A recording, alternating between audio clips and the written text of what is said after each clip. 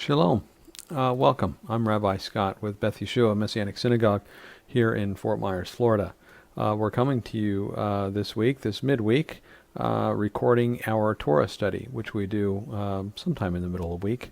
And we would love for you to join us on this adventure. This is the first Parsha for this new Hebrew year, for the new Torah cycle.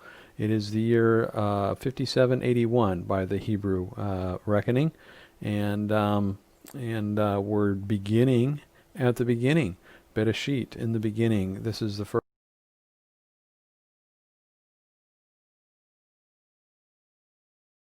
This. The Torah is broken up into readings every week for the annual cycle, and occasionally we have double readings, but for the most part, about one portion every week. And so we are beginning at the beginning, and so we're excited to see what another year holds for us. Last year was a real adventure for me. I saw a lot of new things that I hadn't seen before, and Adonai used our study to really work some things in me and make some changes in me. So that was a real adventure for me. So we begin. This, of course, is Bereshit, Genesis chapter 1 through Genesis chapter 6, verse 8. It is the beginning of the cycle, probably one of the most popularly known portions or passages in the Torah, certainly one of the most widely known parts of the entire Bible, that is the creation story. We have the creation epic in the beginning, of course, chapter 1. It was at the conclusion of chapter 1, it was very good. There was evening and there was morning, the sixth day, the first week. It was very good, and we have this creation. Then in chapter 2, we have the creation of the Shabbat. And then we have this line. Here is the history of the heavens and the earth when they were created. And now we are introduced to Adonai Elohim together, both names. And for the entirety of chapter 2, it's Adonai Elohim, whereas in chapter 1 it was Elohim. Adonai Elohim formed man from the dust, created the garden, placed man in the garden, brought the animals, created the woman who comes out of the man. And we have this little drama that plays out to the benefit of the humankind, the man and the woman. The woman is presented to the man. The man, of course, has his reaction, bone of my bone, flesh of my flesh, and so on. And then it says this is why a man leaves his father and mother and clings to his wife, and they become one flesh. This is the woman that was presented to the man. It says that they're naked and unashamed. This is fascinating. You could spend any amount of time on this narrative, the creation narrative, the man and woman narrative, the husband and wife narrative. But this is fascinating that we have the inclusion of this one line. They were naked and they were unashamed. What is the purpose of this? Why was this included? Why was this so important? Well, certainly after the fall, they realized that they were unclothed, and now there's a difference between clothed and unclothed, or covered and uncovered, revealed and concealed.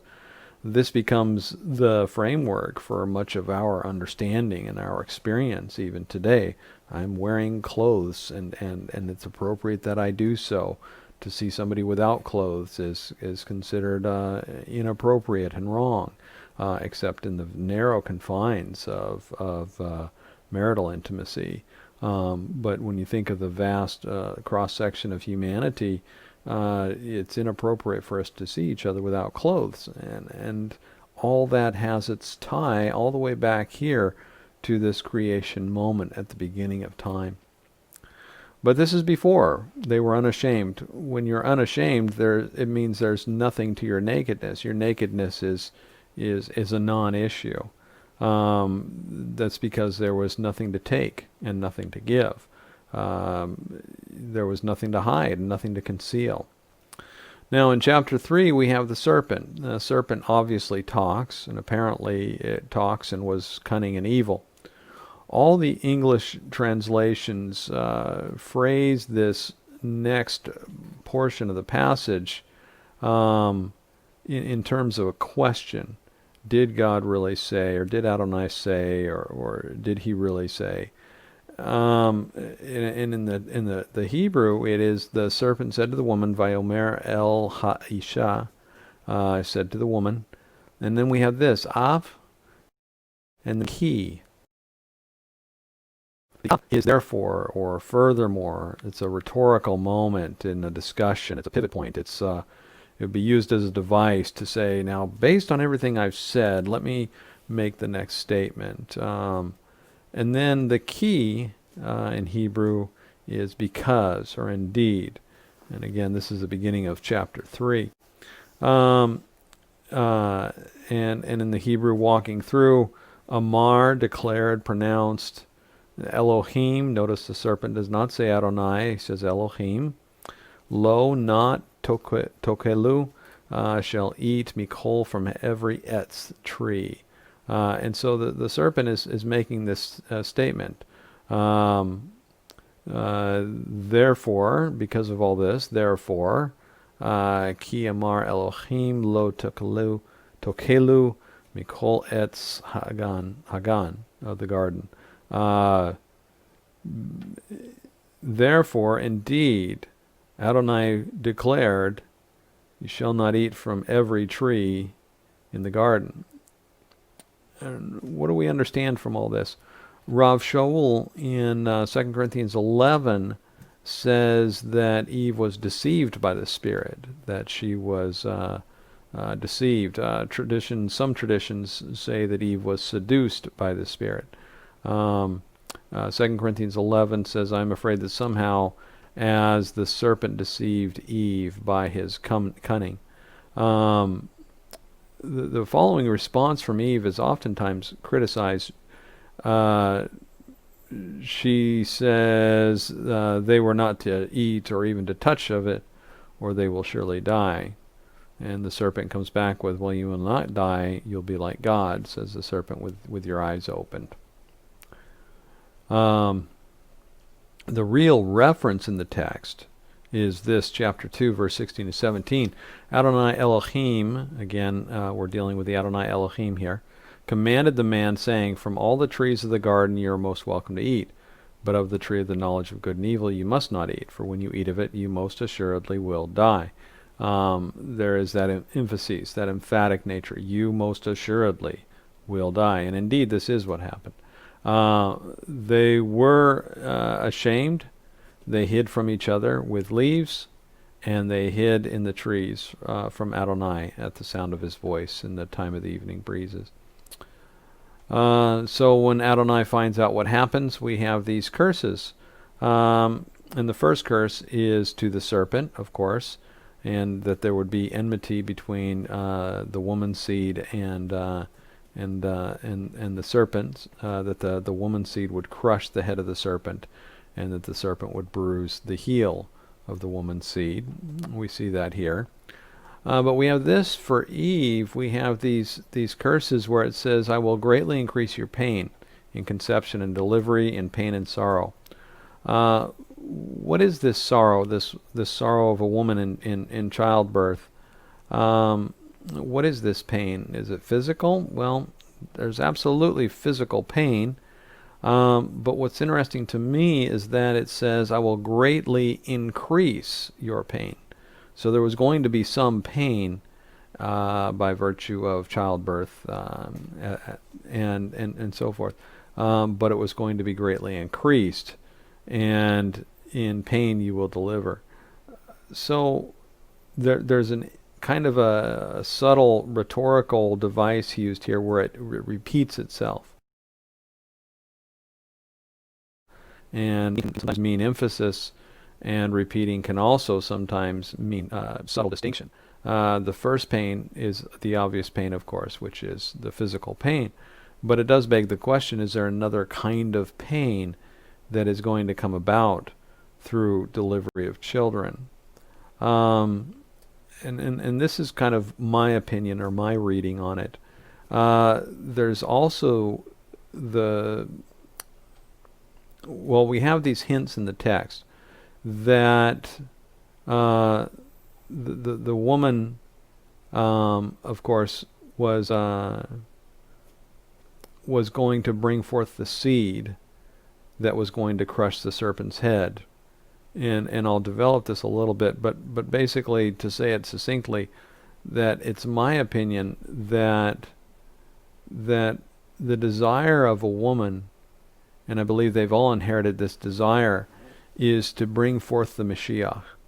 In other words, to bring forth the Messiah. In other words, to bring forth, like Yeshua, to bring that forth. To bring forth the one who will bring us relief, who will crush the serpent's head. The physical act of delivery was going to be through effort and labor and distress, but now there's something more.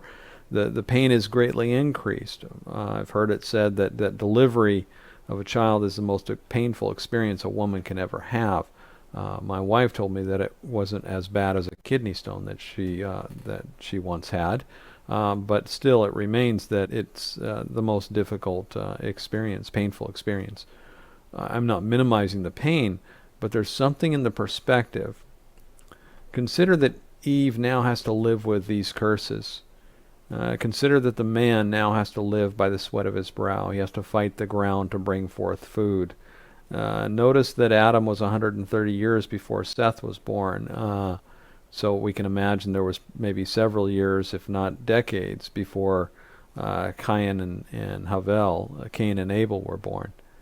Look what the woman says when she delivers Cain. She says, I have acquired a man-child with the help of Adonai. Notice that it's not, I have delivered a son with the help of Adonai. It is, I have acquired a man. And in fact, it's man. It's koneti ish et Adonai. Ish is the man. I have acquired a man et Adonai, with Adonai.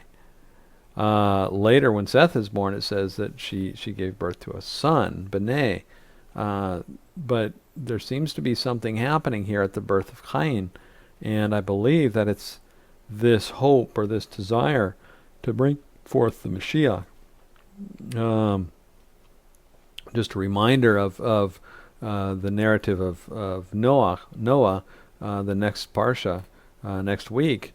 When he was born, his father prophesied and said, this is the one who will bring us relief from the toil of our hands, indicating that it was a tough life. It was a tough existence that they had. So this is what we have. We question, naturally, what is Eve's understanding of Cain? What is Eve's understanding of Cain? What is she expecting when she gives birth to Cain? Well, I would submit that she was expecting the man, the seed who was going to crush the head. That's what she would naturally be anticipating. And the seed would be the one to crush the head of the serpent. I believe that Eve had to have been thinking of relief. It is the hope of the Mashiach that has been established in us from the beginning, this hope of relief. What is the context for her hope of a Mashiach? It is even in the sin between her and her husband. It's this declaration that she has, I have brought forth a man with the help of Adonai. It's not the makings of romance and endearing qualities. It's certainly not what you would expect on a Hallmark card at the announcement of a birth of a bouncing baby boy. Imagine, if you will, consider this. If two people were stranded on a desert island, and they've been stranded on a desert island, and it's an Adam and Eve scenario, right? And what if there was a falling out? What if they both made a huge mistake? What if they both contributed to some terrible foolishness? Say they set fire to the jungle and burn up all their food, or they sink the boat that has washed ashore. They both have a hand in the failure. But let's be honest about the human condition now. They would likely resent each other. They would likely have a difficult time being around each other. Adam sowed the seeds of resentment when he sent Adonai, the woman you gave me, is the one who offered the fruit. A little blame shift there by Adam. My point is that there had to have been significant levels of stress in the relationship. All right, so this is kind of the background. that we had. And then we had, of course, the birth of Cain and Abel, and then we had the murder of Abel by Cain, and then we have the birth of Seth. And again, Seth is replaced. It's thought that Cain was a lost cause, and that's why Eve said what she said at the birth of Seth, that Seth is a form of replacement to replace the one that she lost in Abel.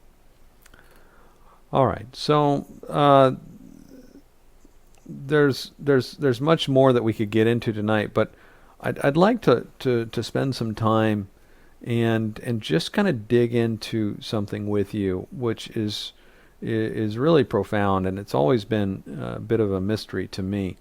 So you start with chapter 1 in this creation narrative. And chapter 1, the creation narrative, is all Elohim. Every statement is Elohim. The statement of God created the heavens and the earth, and so on, and God said, "Let there be light," and so on and so forth. Everything is Elohim, the Hebrew word for God. In Hebrew, the Elohim is simply the word for God. It is a derivative of El, probably. El is used in numerous ancient languages to refer to God, and so it is simply God. In chapter 2, though, we get this very abrupt shift, and it shifts to the Yud He Vav He, the four-letter name of Adonai. And this becomes the prefix to the Elohim. So you see, it's always the Yud He Vav He Elohim. We pronounce the Yud He Vav He by substituting Adonai, which is a derivative of Lord, Adon in Hebrew, and that's kind of our tradition, or at least my preference. Certainly people have different names that they would ascribe to the Yud He Vav He. Some people go ahead and pronounce it Yehovah. Some people pronounce it Jehovah. Just a point of reference when it comes to Hebrew and English, and integrating Hebrew and English. There's no J sound in Hebrew.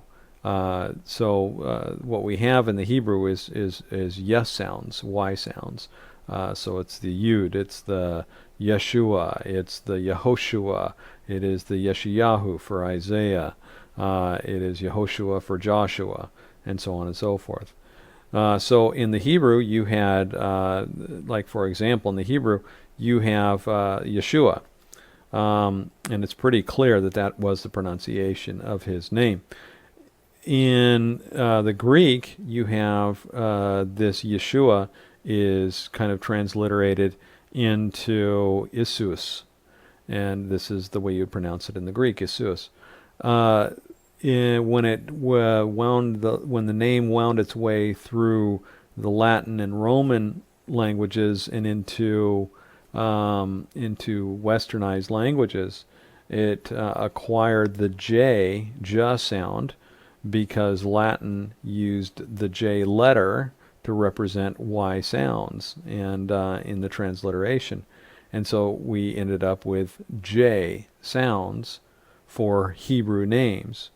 And I was telling a friend the other day, and it's like the name Jose in Spanish. If imagine if you had somebody who was uneducated and not very experienced, and they're reading a job application, and the applicant has filled out the application, and so you're sitting down to the interview, and the interviewer, the American, says to the applicant, "Okay, so your name is Joes, is that it? Joes, because it's Jose," and the applicant says, "Well, actually, it's Jose."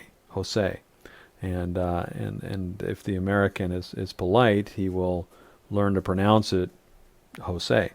But we know that some people aren't, and some people insist on pronouncing things the way that they see them. And so it's an interesting sort of parallel. if the same American were to go to Mexico City and were to walk up to the counter in the airport, and the name tag says Jose, and the American says, "What's your name, Joe's? Is that your name? Can I call you Joe's? I'm going to call you Joe's." And the person behind the counter says, "Well, my name, sir, is Jose." We would think it's just ignorant and rude to continue to sit there and call the man Joe's. If you want to be respectful, you try to get the name, the pronunciation correct as close as you can, even if it doesn't translate into your native language very well. You still try to pronounce it as best you can. If I were to go to China, I would be, cautious about how I spoke to people, and I'd want to try to pronounce their name properly, with respect. That's just appropriate. Well, there is a similar thing happening in this sort of representation of Hebrew to English. We're pretty confident his name was absolutely not Jesus, and his name is, and God's name is absolutely not Jehovah. There's a particularly there's a particularly emphatic error in that pronunciation. And so in respectfulness and in authenticity, then I would prefer to not use the words Jesus and prefer to not use the words Jehovah, and try at least to pronounce it in a way that is more fitting. Dr. Bill Barrick is a Hebrew teacher. I can't remember the name of the university that he teaches at, but he teaches the Hebrew at this university, and he has something that he does with all of his freshman Hebrew students, and it's this. I've looked at some of his online courses, but I haven't taken a course from him. But I'm familiar with his teaching and his books and so forth. But anyway, in his Hebrew class, he has this. He tells the students that you need to have a name that you ascribe to Adonai, to God. And that name needs to be a name you treat with reverence. And especially as students and scholars go, we're studying about God so frequently that it's easy for us to get, to be casual with the name. And Dr. Bill Barrick would speak about the idea of making sure that you continue to treat the name with reverence and with respect. And as such, there's a lot of different things you can call him. If you want to call him God, if you want to call him Adonai, if you want to call him Yehovah, there's a lot of pretty appropriate ways to address him. If you want to call him Lord. But what Dr. Barrick said is that you need to pick something, and that needs to be his special name. And when you're speaking about him, you can speak about God, academically and so forth, when you're discussing it with your peers. But when you're speaking of him with reverence and with awe and with respect, then you want to have a name that you reserve for that. And so I thought that was very good counsel. And for me, the name that I feel the most comfortable with is Adonai, and so that's why you hear me say Adonai most of the time. So naturally, you could see why I would be interested when in chapter 1 of Bereshit, of Genesis, it's all Elohim all the time, and then in chapter 2 we get this abrupt shift, and now it's the Yud He Vav He Elohim all the time in the entirety of chapter 2. Notice that it's a prefix. It's appended to the front of the Elohim. For purposes of this discussion, I will use Adonai as representing the Yud He Vav He. We don't know what the word Elohim means. El is the root for God in many ancient languages. El is also speaking of God in the Hebrew language. So we can see the obvious link. Notice that Elohim is masculine plurality, or plurality. It's a plural masculine form in grammar terms. but the plurality of Elohim is offset. The linguistic plurality of the word is offset by the fact that nearly always the accompanying and surrounding adjectives and verbs are all singular. So this has the effect of overriding the plural noun in this way and making it singular. Elohim, while it does end in I am, which is usually the tip-off that something is plural, Kedoshim, holy ones, plural, Talmudim, disciples, plural, the Elohim is not plural. The Elohim is a singular word. We also have these variations, Elohai, which means my God, Eloheinu, our God. But then we have this introduction of the Adonai, the Yud He Vav He, at the beginning of this. The Yud He Vav He is linguistically related to variations and conjugations of the verb to be, or is. We have this in the Adon Olam, Vehu Haya, Vehu Hove, Vehu Yeh, Betifra. He was, he is, and he will be. I'm going to bring something up on your screen, and I want to just walk through this with you. So give me just a moment to try to get this right, and we'll do this. And we will do, let's see what I do here. What do I do? Oh, maybe I do this. Here we go.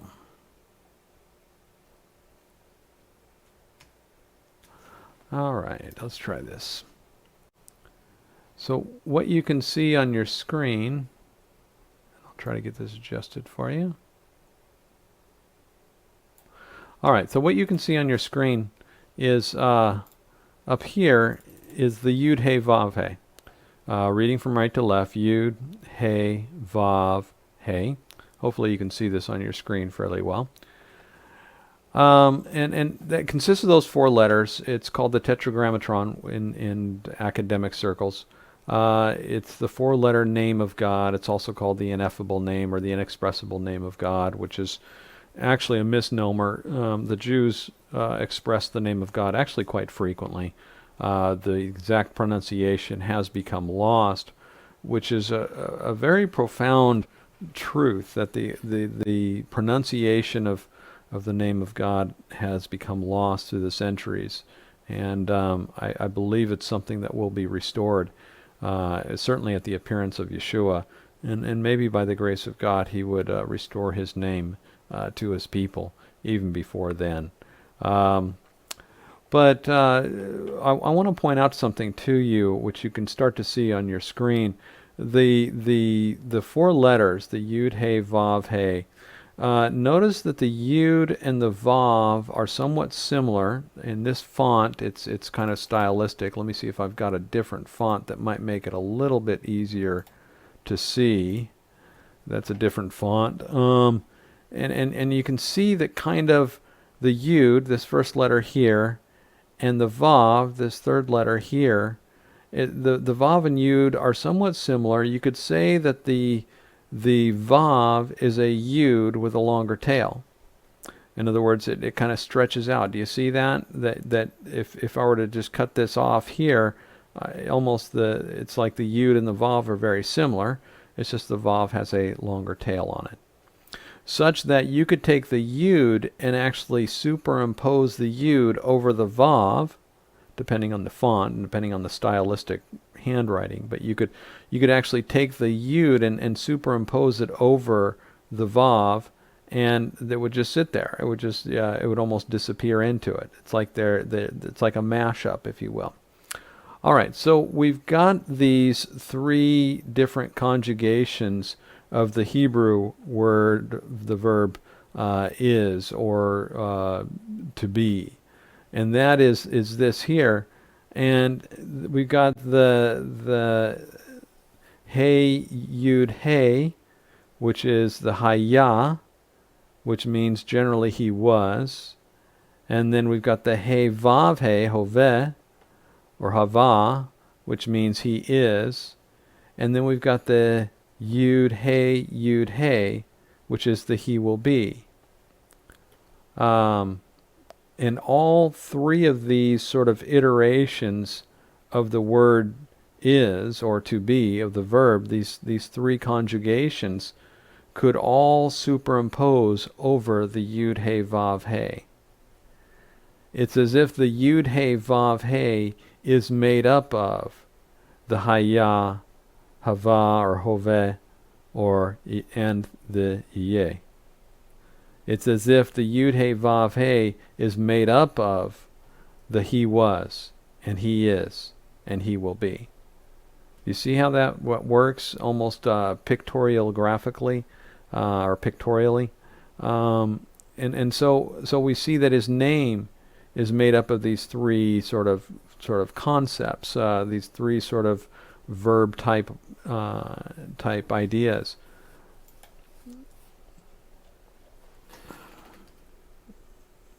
Just a second here. Let me reset my screens so that you and I can continue.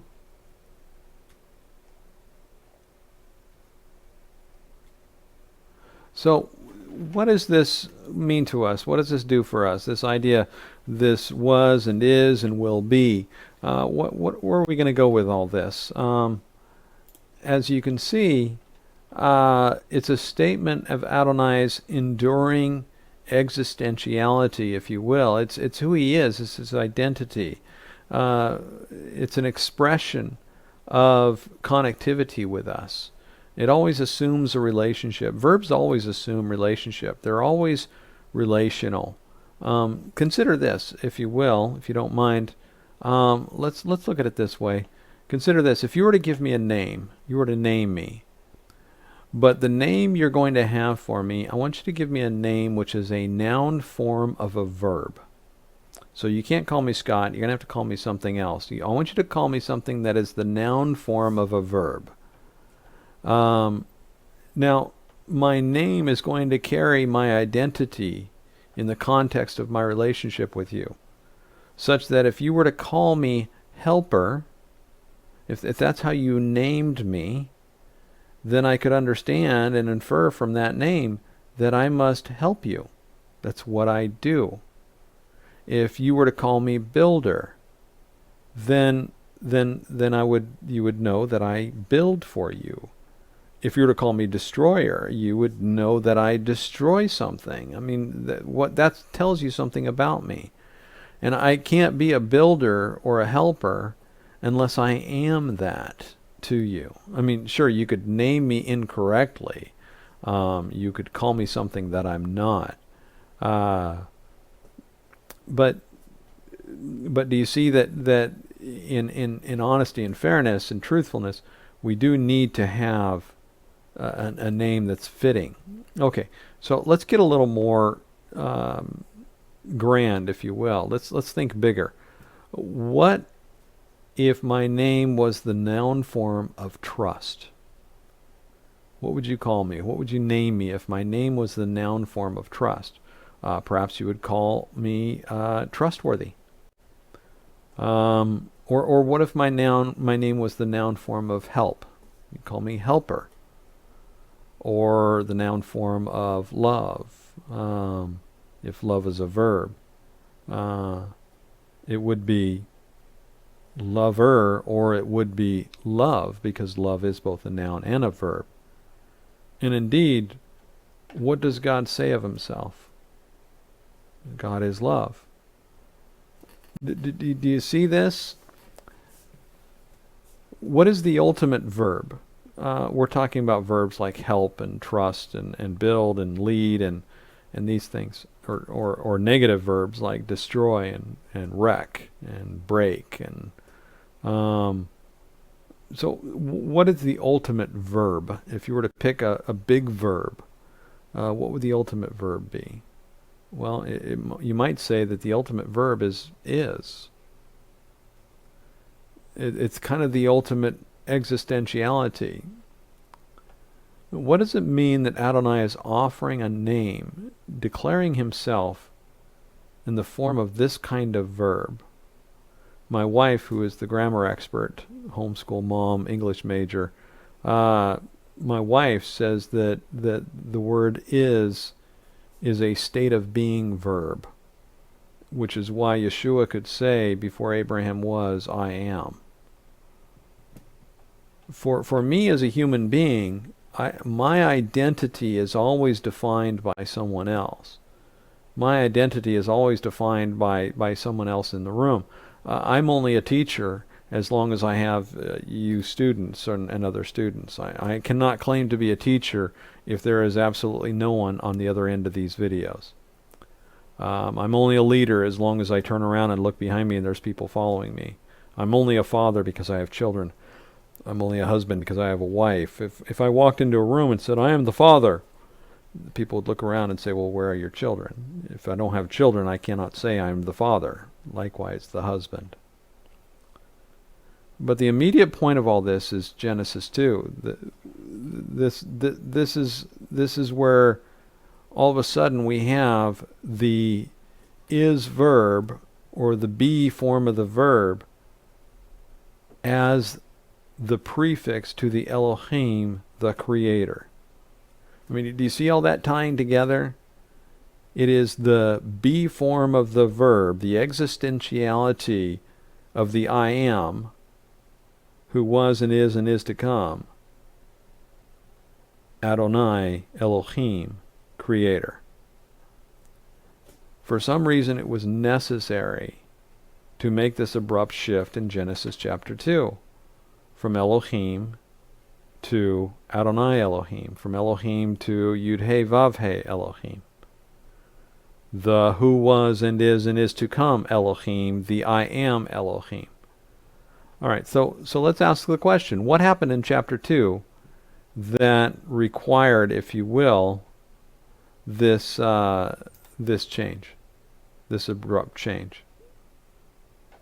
Well, in chapter 1, we have the creation of the man and the woman. In chapter 1, Elohim created the man and the woman. And it says male and female, he created them. In the Hebrew, it's out of the ground, out of the dust, the Adam. But in chapter 2, it's different. It's the Ish and Isha. It's the man.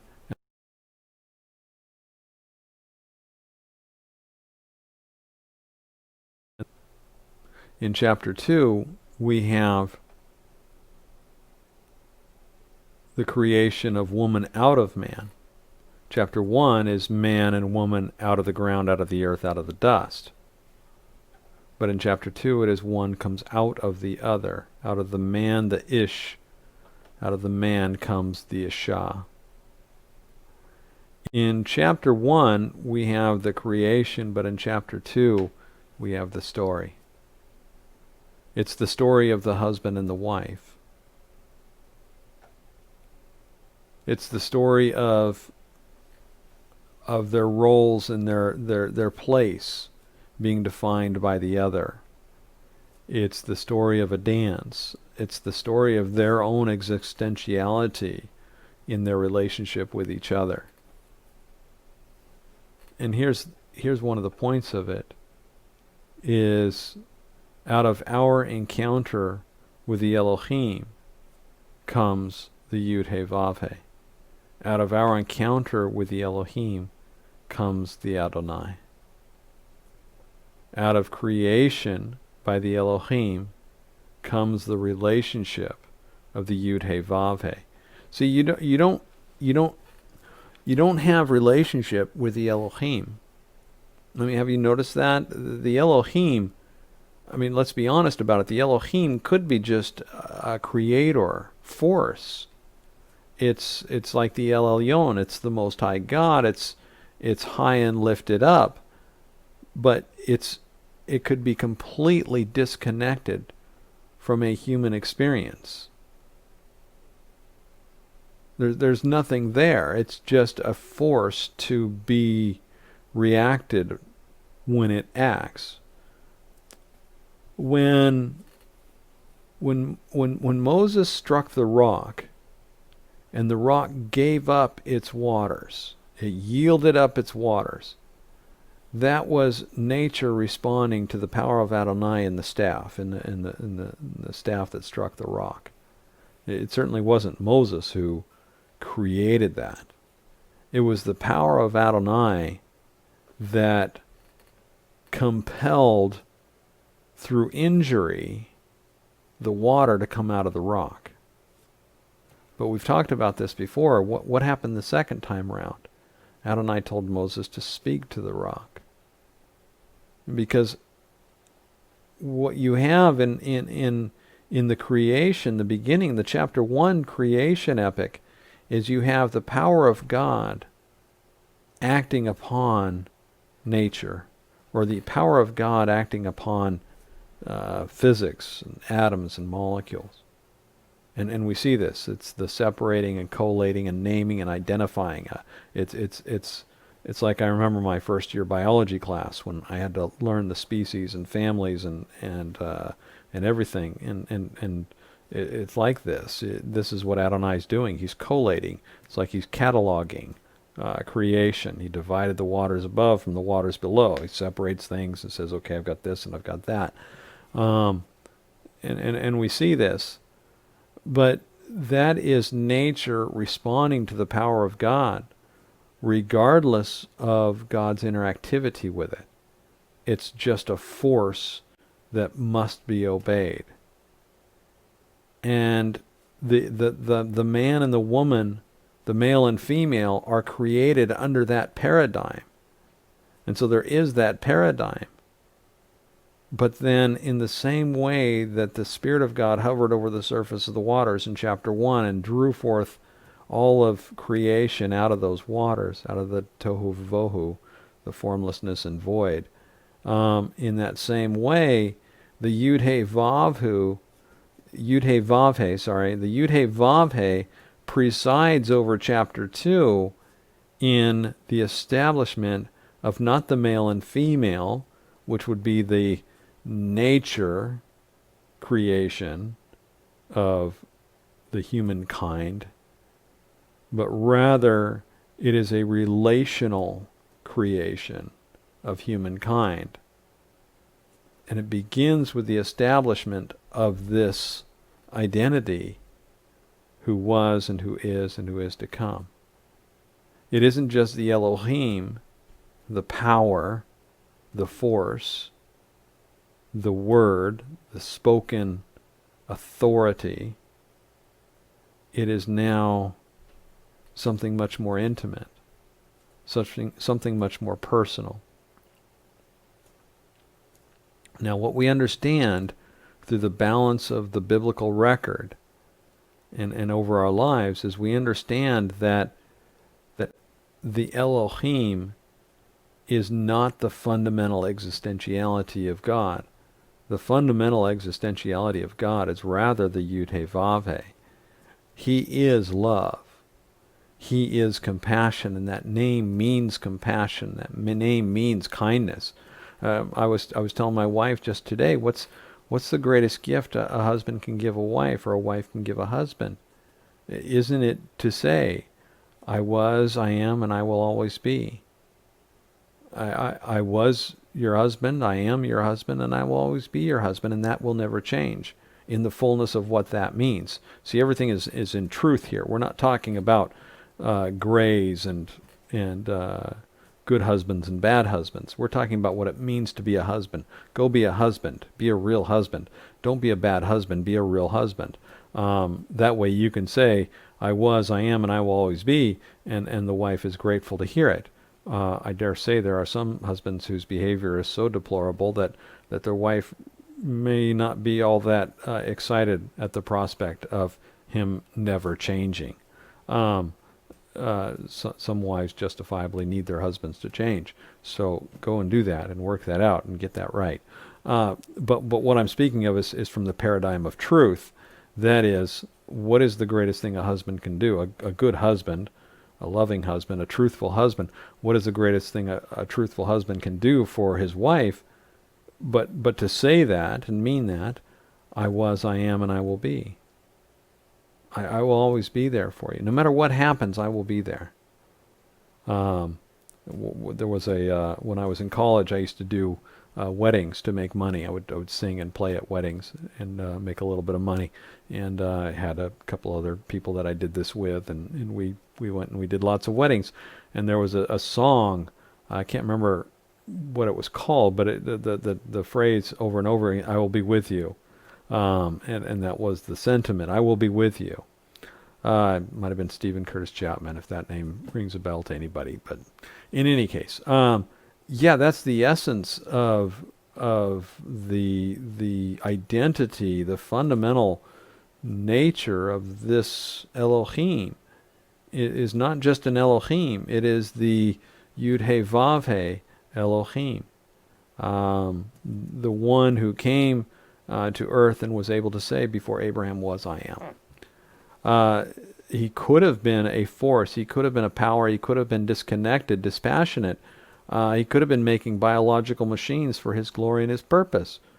But rather, the one who was, is, and is to come is different. This is the one with relationship.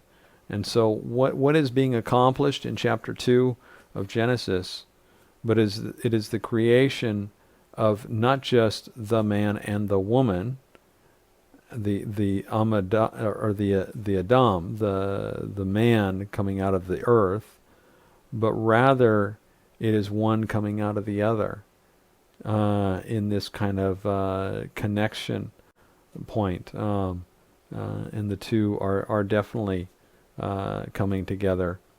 And it says earlier, it says that the two shall become one flesh.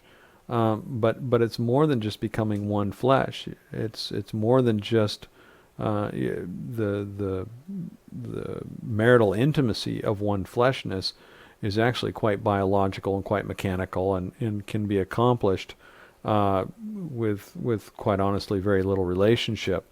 This is what we see with prostitution and these sort of things. That's not the point of it. In fact, that's just a demonstration of how the man and the woman can get it wrong. Yes, the two can become a form of one flesh without relationship, without one coming out of the other, and without the being all things to each other, who was, who is, and is to come. But rather, what Adonai is giving us the example of in chapter 2 is the Yud He Vav He and everything that means, and how that is the new paradigm for the man and the woman, the husband and the wife. And now we have the Ish and Isha, and this is different than the man and the woman of chapter 1. The Ish and Isha, for woman came out of man, recognizing, of course, responsibility, recognizing authority, recognizing submission, recognizing sacrifice, recognizing dependence. Make no mistake, and perhaps we'll get in this more as the year goes on, and that is that man is absolutely not over a woman in terms of the kingdom, but rather a man is to be a sacrifice and to lay down his life for the woman. And I hope we can develop that more as we go along this year. But in the meantime, this is really just a fascinating and abrupt shift here between chapter 1 and chapter 2, between the Elohim and the Yud He Vav He, or the Adonai Elohim. There's much more layers and detail that can be interpreted and understood in this shift between Elohim and Adonai Elohim. So I would encourage you to do a little digging, and we can begin a discussion on that topic if you like. I'm excited to begin again with you, looking forward to the year, and looking forward to all that Adonai has for all of us. Please stay in touch, and please contact me with any questions that you might have. In the meantime, perhaps we'll see you on Shabbat. Shalom, shalom.